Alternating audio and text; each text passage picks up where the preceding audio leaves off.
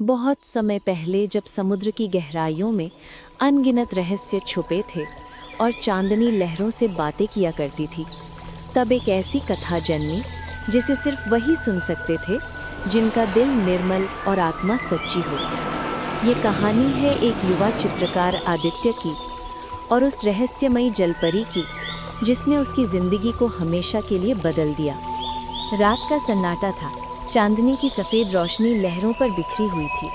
समुद्र की गहराइयों से एक मीठी सी धुन उठी, मानो कोई अदृश्य वीणा बज रही है। किनारे पर बैठे युवा चित्रकार आदित्य ने वो स्वर सुना और चौंक उठा। उसकी आंखें समुद्र पर टिक गईं। अचानक नीले झाग के बीच एक चमकदार आकृति उभरी। सुनहरे बाल, पन्ना सी हरी आंखें और नीले मोतियों सी चमकती हुई पूंछ। वो जलपरी थी। उसकी सुंदरता इतनी अद्भुत थी कि मानो समय थम गया हो। कौन हो तुम? आदित्य ने धीमे स्वर में पूछा। मैं नेरिसा हूँ, इस सागर की रक्षक। जो भी दिल से सच्चा हो वही मेरी झलक पा सकता है। आदित्य की सांसें तेज हो गई। वो चौंक गया और समझ गया कि ये कोई साधारण जलपरी नहीं है। नेरिसा ने हाथ बढ़ाया। उसकी हथेली पर मोती सी हल्की रोशनी चमक रही थी। क्या तुम मेरे संसार को देखना चाहोगे?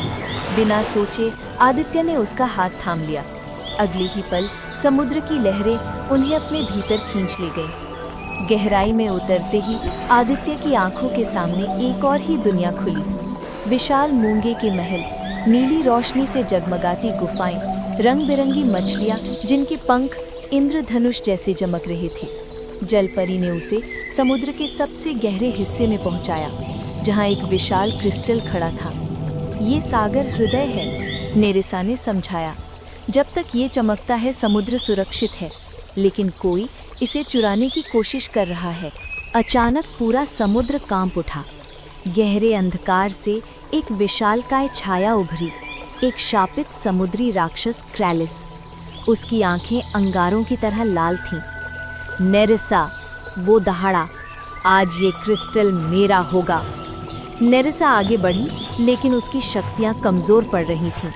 आदित्य समझ गया कि उसे कुछ करना होगा।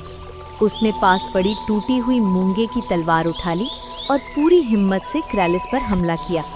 तलवार का वार सीधा क्रैलिस की आंख पर पड़ा। वो दर्द से चिल्लाया और पीछे हट गया। उसी पल नेरिसा ने अपनी शेष शक्ति से मंत्र पढ़ा और क्रिस्टल से प्रकाश की किरण निकली। वो किरण क्रैलिस को चीरती हुई उसे गहराई में बांध गई। नेरिसा ने आदित्य की ओर देखा।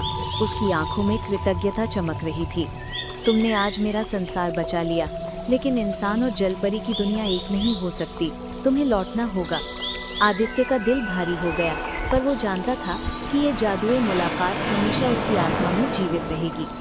नेरिसा ने अपनी मोती जैसे आंसू को उसकी हथेली पर रख दिया। जब भी ये चमकेगा, समझ लेना मैं यही हूँ, तुम्हें देख रही हूँ। एक हल्की लहर आई और आदित्य फिर से किनारे पर था। उसके हाथ में वो चमकता आंसू अब भी था, जादुई जलपरी की अमर याद।